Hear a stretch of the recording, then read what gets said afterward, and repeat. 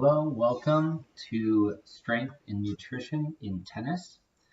We're going to be going over some of the physical aspects of um, what it takes to be a good tennis coach.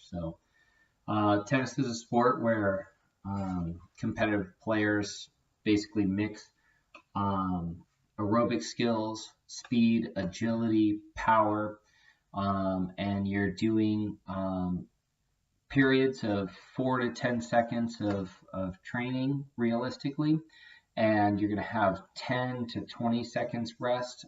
Max is 25. After every 2 games, you get a 90-second break. So people go over and get water. Realistically, you're doing anaerobic um, strength and conditioning.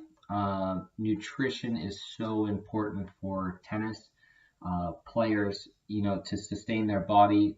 Short bursts, lots of power, lots of agility, but over potentially 3 to 5 hours worth of tennis. I think the longest match in tennis history was Wimbledon, just maybe 5 years ago. I think it lasted 72 hours and spanned over 3 days. So some matches can go ridiculously long. That did break the record by far. Nutrition in tennis, realistically, you want a high carbohydrate diet. You need a lot of sustainable energy to last a long period of time, get yourself through a match. And the carbohydrates essential for tennis players who participate more than 90 minutes. Almost every single match is going to go longer than 90 minutes if it's competitive. Tennis has required both strength and endurance, so you do need some endurance training to sustain this over a long period of time. It's something that I feel is kind of somewhat hard to train for, since you need that fast twitch muscle, very explosive, but you need to do it over a very long period of time. Your daily intake of fat should be very low.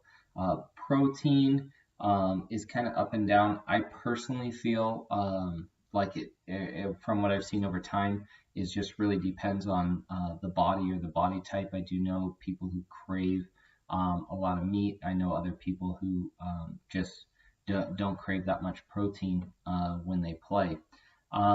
So again, recommended body fat for a tennis player for males going to be under 12%, female under 23%. You want to be lean and fast, but explosive again. Physical fitness, tennis players, it just really kind of depends. There are two types of players.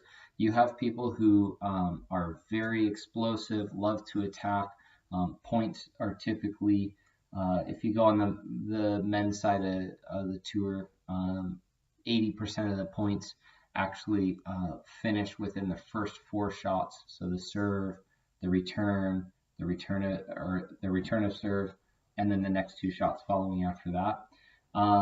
But when you start dropping down in level, you have a lot of points that can be 10, 20, 30 ball rallies, even less attacking. But the people who do attack a lot, you want to really focus on short anaerobic focus of speed, strength, and power activities. Again, people who play a more defensive style, which tends to maybe be a little lower of a level. And so something that I'm going to deal with a lot more. And then I'm also a shorter guy, so kind of something that I play. You're going to have, more of a focus on endurance. You still got to have the power and be explosive, but you really need to sustain it for a very long period of time, trying to draw out the match, especially with those explosive players. Make it really long, something that makes them maybe feel more uncomfortable.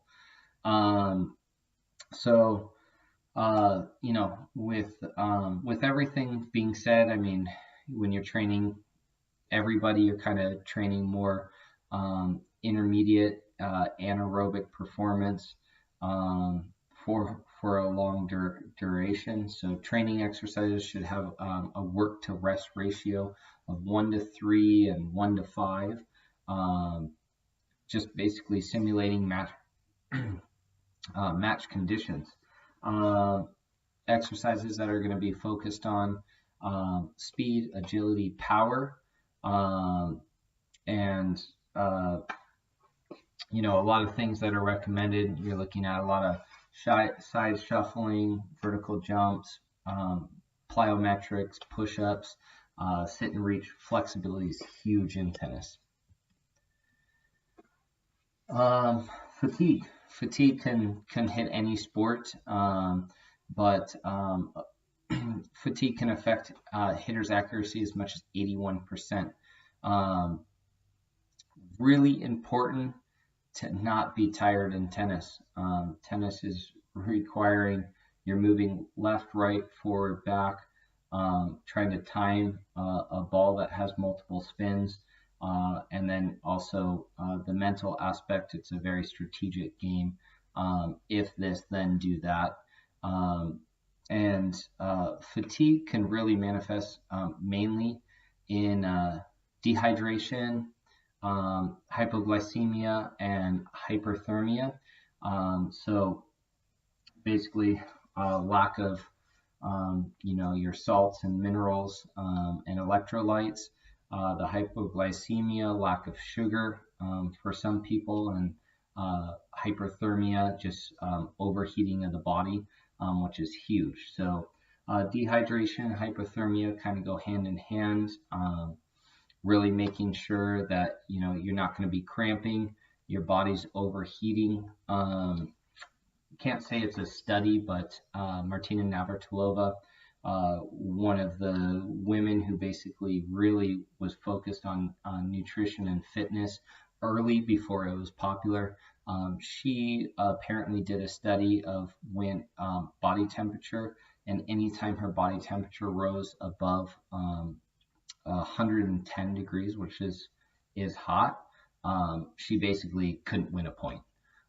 So very interesting, supposedly study. It was informal, but something she really concentrated on, keeping her body cool, drinking ice water if it was a really hot match, which some people don't really like because it takes a lot of energy for the body to metabolize it. But something that she felt was really important was just cooling the body.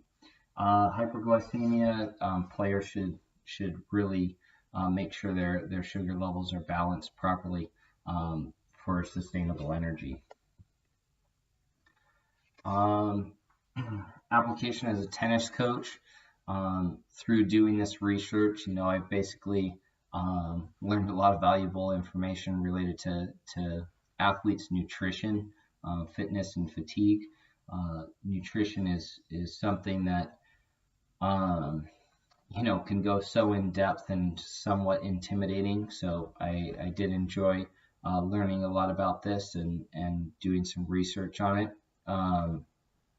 Something I'd like to start doing as each season is sharing what I've learned with the team, maybe planning a workshop at the beginning of the semester and emphasizing how important it is to maintain their body properly, and how important nutrition and all the work that we're going to do on court, that fitness is going to pay off in the end. I'm also going to make sure I'm catering my practices to align what I've learned with the fitness. So just even throughout this semester, I've started implementing half an hour fitness at the end of every practice. It's pretty intense, and we are doing a lot of plyos, push-ups, side shuffling, vertical jumps, a lot of self-body weight stuff, especially since we don't have the greatest access to weight room.